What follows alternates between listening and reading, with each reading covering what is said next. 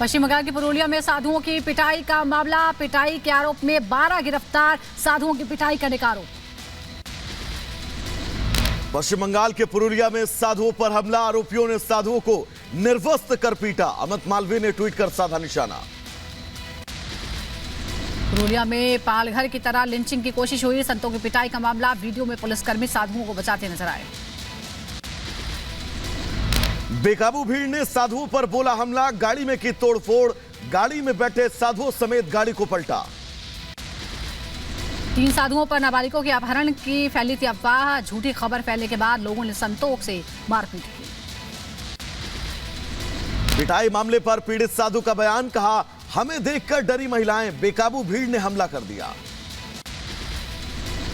वो 10, 20, 50, 100, 200 एकदम आदमी इकट्ठे हो गए और हम लोगों को मारने लगी। जब मारने लगे उन्होंने कहा कि आपने महिलाओं को पकड़ा है, हमने नहीं पकड़ा है। साधु पर हमले को लेकर पुरुलिया के एसपी अभिजीत बनर्जी का बयान, कहा अपहरण के अफवाहों के चलते साधुओं की पिटाई की गई। ड्यू टू द लैंग्वेज पर ये मिसअंडरस्टैंडिंग हुआ है। ये लड़की लोग सोचने लगी कि ये उनको कोई पीछा कर रहा है या कुछ कर रहे हैं, तो लोकल पब्लिक आ गए और उनको घेर के गाड़ी को वेंडलाइज किया एंड इनको साधु लोगों को मैन हैंडल किया। साधुओं की पिटाई मामले पर बोले अनुराग ठाकुर, बंगाल सरकार से पूछा सवाल, आखिर कौन दे रहा अपराधियों को संरक्षण, राज्य में हिंदू विरोधी सोच क्यों? अब हिंदू साधुओं को मारने पीटने की, उनकी हत्या तक करने का भी प्रयास किया गया।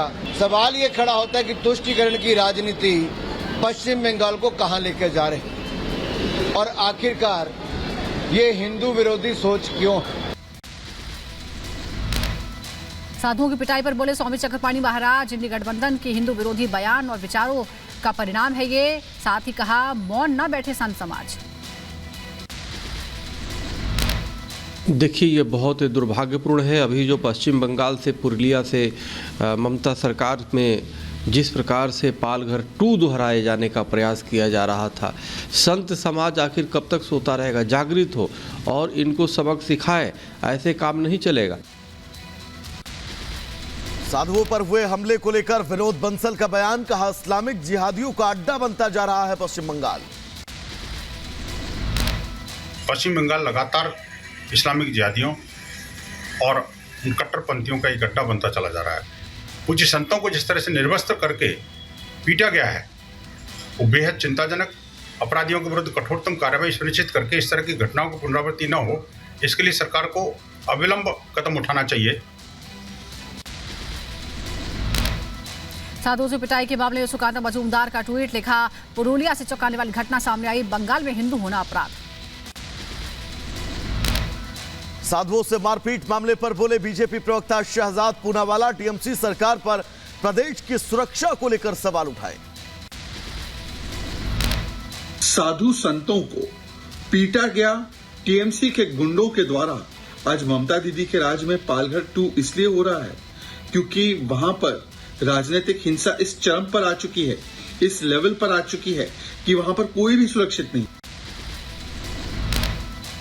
साधुओं की पिटाई के मामले में बंगाल के मंत्री शशि पांचा का बयान, कहा बीजेपी झूठी पार्टी है, बीजेपी अहम मुद्दों का जवाब नहीं देती। भारतीय जनता पार्टी महत्वपूर्ण मुद्दों के सवालों को जवाब नहीं देती। एक संगीन आरोप है कि उन्होंने बलात्कार किया, लेकिन अमित मालवीय ने इस विषय को लेके कोई कदम नहीं उठाया।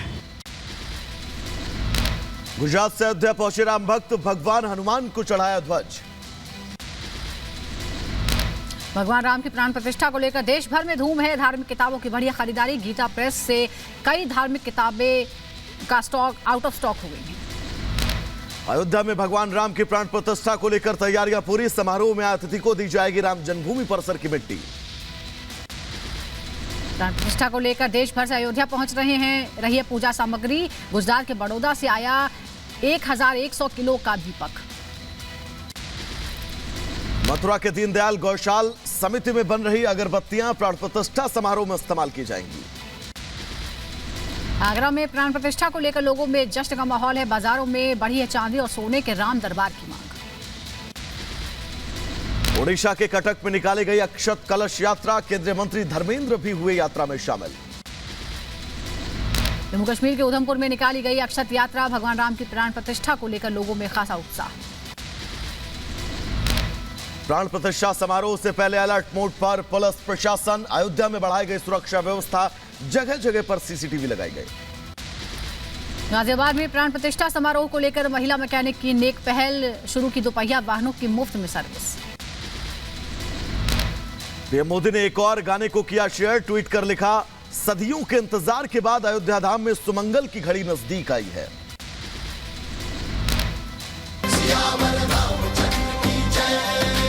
नगर नगर में डगर डगर में वंदन वार लगे हैं, सिर्फ अयोध्या नहीं देख लो सारे धाम सजे हैं। राम लला का ये मंदिर, भारत का दिव्य महोत्सव।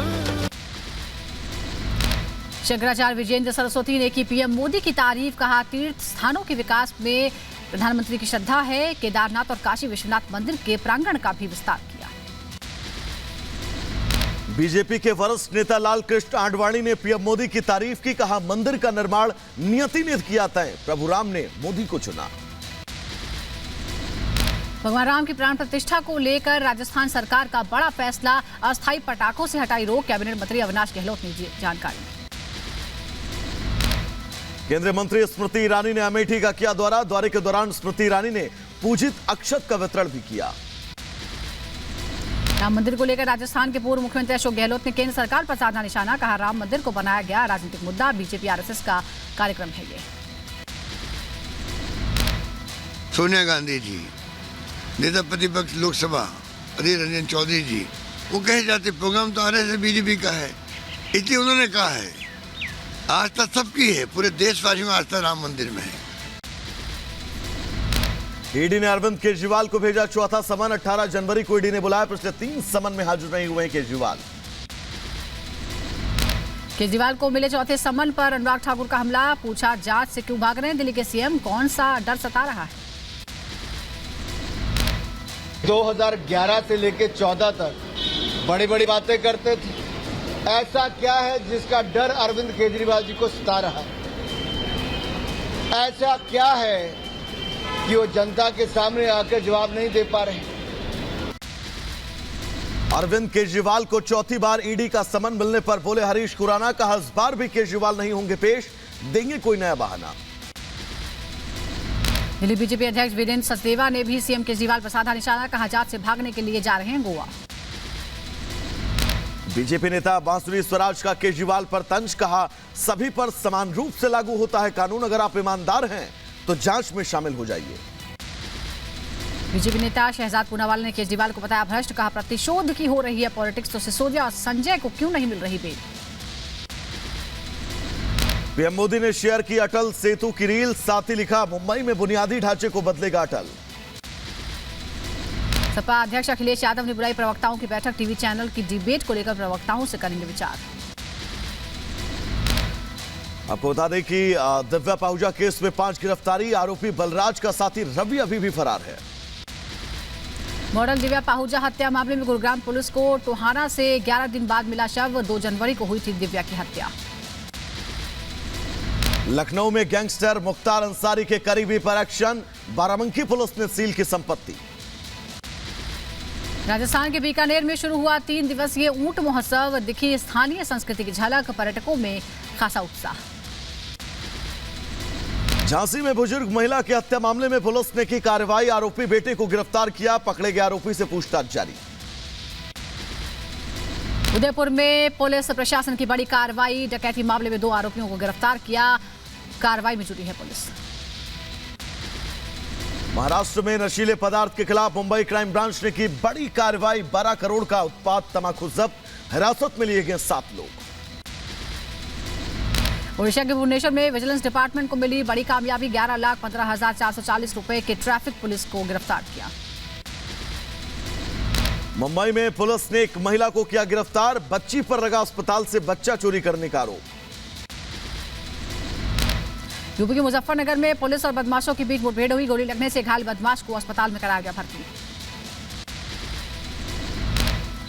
यूपी के फिरोजाबाद में चोरी करने वाले गिरोह का खुलासा, पुलिस ने गिरोह के 2 शातिर चोर को गिरफ्तार किया। तमिलनाडु के तिरुवल्लूर में गोदाम में आग लगी, कड़ी मशक्कत के बाद आग बुझाई गई। तेलंगाना के जोगुलम्मा गढ़वाल में हुआ हादसा, ट्रैवल बस में लगी आग, हादसे में एक शख्स की मौत। ग्रेटर नोएडा में हुआ सड़क हादसा, कोहरे की वजह से टकराई 3 गाड़ियां, हादसे में कई लोग जख्मी। नीदरलैंड में इजराइल के समर्थन में प्रदर्शन, बंधकों की वापसी के लिए लगाए गए नारे। बंधकों की वापसी के लिए इजराइल से निकाला गया मार्च, सड़क पर उतरकर लोगों ने की नारेबाजी। हिजबुल्लाह ने किया इजराइल पर हमले का दावा, कहा किर्यत शहर पर दागे गए रॉकेट। गाजा में इजरायली हमले से तबाही हुई है, एयर अटैक के बाद कई इमारतें जमींदोज। लाल सागर में जारी तनाव पर चीन की प्रतिक्रिया, कहा अमेरिका और हूती में टकराव से हालात लगातार बिगड़े। इक्वाडोर में अपराधियों के खिलाफ एक्शन जारी है, सुरक्षा बलों की टीम कर रही है छापेमारी। हूती के खिलाफ जंग पर अमेरिकी राष्ट्रपति जो बाइडेन का बयान, कहा आतंकियों के खिलाफ और भीषण हमला होगा। हूती के खिलाफ जारी जंग के बीच अमेरिका ने जारी किया अलर्ट, जहाजों को यमन से दूर रहने की सलाह। ईरान की सेना ने जारी किया तेल टैंकर का फुटेज, ओमान सीमा के पास जब्त किया गया था टैंकर।